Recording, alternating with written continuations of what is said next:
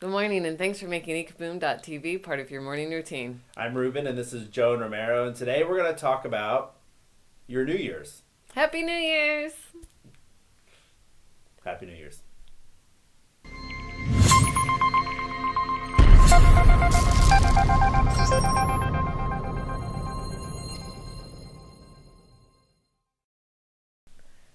Okay, so let's get down to business. Happy New Year's Day, and we have a list of 7 things you might want to try this year. You may want to do them, or you may not.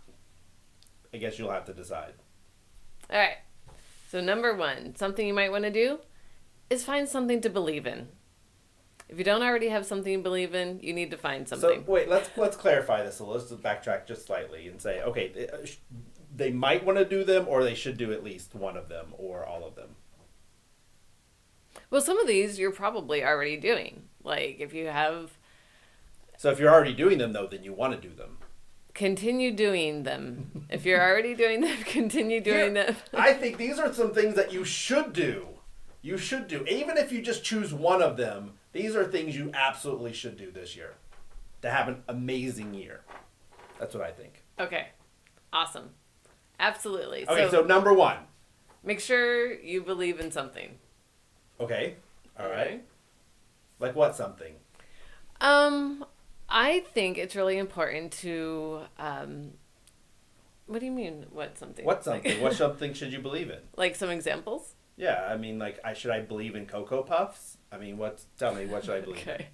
So, obviously that can be a faith if you have a religious belief.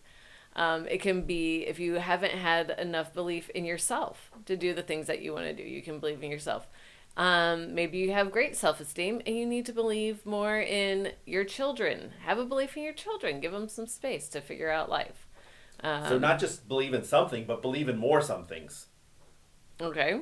Believe in yourself, believe in your children, believe in those people around you, believe in something greater than you, the more that So you have. have more belief. Have more belief. Increase your belief Number this 1. new year. Have more belief. All right. Yeah, all right. Number 1, have more belief. To schedule family time. If you have a family, if you have a spouse and kids, put it on the calendar and make sure you have some family time. This is really important, and we schedule every Friday. We have a family date night. Every usually Wednesday, unless we have to reschedule, we have just a night for us. A date night, which is reconnect. actually number 3. All right, number 3. But I think it's important to be schedule time as a family, as a whole group. So, and that could be whatever you consider your family also. If it's taking your dog to the dog park, if it's hanging out with the friends you have, whatever. That's schedule family time. Date night is different. Really? I think. Okay. All right. Because, family time is more of a group activity where date night is we are the leaders of our family. And we need to make sure we're on the same page, we're moving in the same direction. Gotcha. Reconnect. So once a week, we go out on a date, which usually sounds more like a business meeting over dinner, because we're thinkers. And... It is a business meeting, basically. But that's good because we need to reconnect and talk about some of our what's going on with business and we enjoy it. So it's not really. And we go out for like some sort of spicy food that the kids would never want to eat at some place they would never want to go. And in fact, at one of our recent date nights, someone approached me afterwards and they're like, "Are you on a date?" And I was a little thrown off because I'm like, "Well, who are you and why are you asking me?" And she was pointing out that I was on my phone for most of the time. Now we had actually already gone out. We went out to dinner. It was a very nice place. Very nice place. We didn't like their desserts though. Yeah, they were in transition of changing the dessert menu, and they didn't have this exact thing we were looking for, so we went somewhere else. We went somewhere else, and I was not impressed with the other place either that much. But anyway, we went somewhere else, and we got a dessert, and you had asked me a question, so I was on my phone, looking up what you had asked me about, and so she was there trying to chastise me for being out on a date and being on my phone the whole time. Yeah. And then I'm like, we've been married for 14 years. Like we could probably sit there and enjoy ourselves without talking. Although we have a hard time doing that because we talk a lot. But yeah, then I had to step in and stand up for him, saying, no, he was doing something I asked him to do, which was to look up the name of some dessert that we really enjoyed and what was that called. And anyway, so Anyway, it's but like, yeah, yeah, schedule. I guess we I have guess that date could be nights. different. Leave us alone. Yeah, We've reconnected. We This talk. is our second date. We talk in one more night. than any person you will ever date or marry or anyone you'll ever know because we work together. We homeschool together. We talk all the time. All right. Stop labeling things as bad. This is a good one. Realize that all things are good. Yeah, now this is I think a lot of times it's hard for people to see this, and I think we should do an episode just about this. But Okay. But in summary, how many times do we look back in our lives at a really hard time and think, wow, that was really hard, but I'm so glad that happened because it led to, something else that was good. And I think this was a sort of a transformational moment for me in my own mind, was just to realize everything is working for me for some type of good, some type of greater good.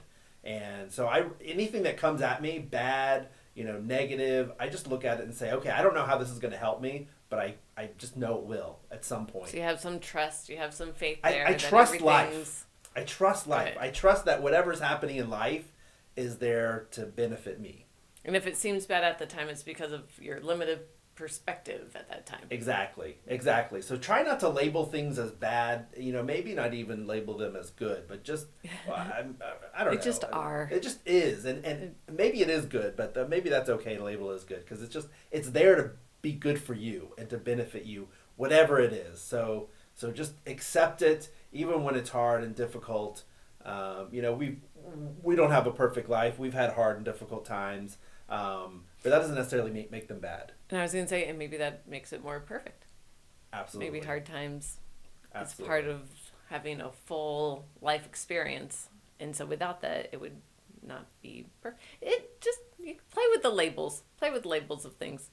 And see if you can make them positive. Yeah. So that was number 4? Yes. Stop labeling things as bad. Okay, let's go on. So number 5, have a financial fast. Okay, what's a financial fast? Okay, so a financial fast is when you limit what you spend. So, make sure you pay your heating bill and your light bill. Don't, make sure you pay your mortgage or whatever, your rent. Don't get kicked out of your house. But you limit what you spend for a reason. Discretionary fund. So limit your discretionary funds, the money that you have more flexibility with for some greater purpose. Yes. So whether that be to pay off student loans, pay off a credit card, save up for a vacation, have a big chunk of money then at the end of your financial fast to be able to do something that you've wanted to do. Right. So it's like there's a beginning, there's an end, there's a goal, there's a payoff. It actually feels really good. We've done it several times. It's a lot of fun. All right, number 6 is plan a trip. All right. So So if you have a financial trip. fast, you save a lot of money, and you don't have a lot of credit cards to pay off first, there you go. Use that financial fast to have a trip. I think trips are great because they give you a new perspective on things that get you away from your normal routine, away from your regular environment. You get to see new people, new places, new things. And if you do schedule a trip, just make sure you have some transition time out of that because that can be really important too. Coming back, getting back the day before you go back to work can sometimes be daunting, and you might need a day or two to recoup from your trip and your vacation and transition back to your life. Okay. All right, and number 7 is slow down to speed up. Slow down to speed up. Okay, tell me about slow down to speed up. So slowing down, sometimes we are so much in a hurry and we have so many things to do that we are not doing them efficiently, effectively, or even going in the right direction. I have definitely been there and done that. Where I'm working, at the end of an 8-hour day, and I feel like I've been working all day, maybe sometimes 12 or 14-hour days, but I feel like I've been working all day, and I feel like I've accomplished very little.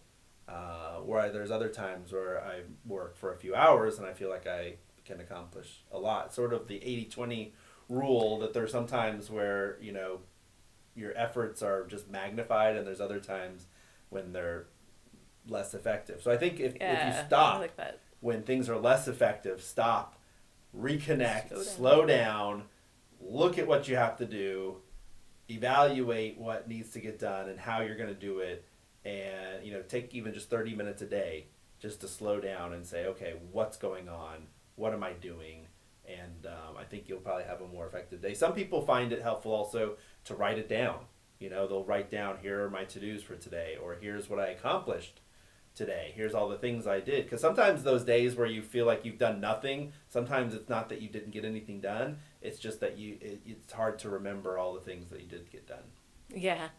Yeah, I like writing the to-do list of things that I've already done and crossing them So off. what should people do? This is our list of things that they can do this year to have a better year. That's right. Should they do all of them? Should they do one of them? What's our recommendation? What's our recommendation? I would choose one. I would rather have people choose one and commit and actually do it than say, okay, I'm going to do all these things and then not do any of them. Okay, so choose one of these things on this list. Maybe you're already doing some of the other ones. That doesn't negate that you should still choose one that you're not doing. So choose one that you're not doing and do that this year, and you'll have a better year. And next year, come back, watch this video, and choose another one. Yeah, and share what you're doing in the comments below. We'd love hearing from you. So thank you for subscribing, liking, and sharing what you think in the comments below. Have a great day. And Happy New Year!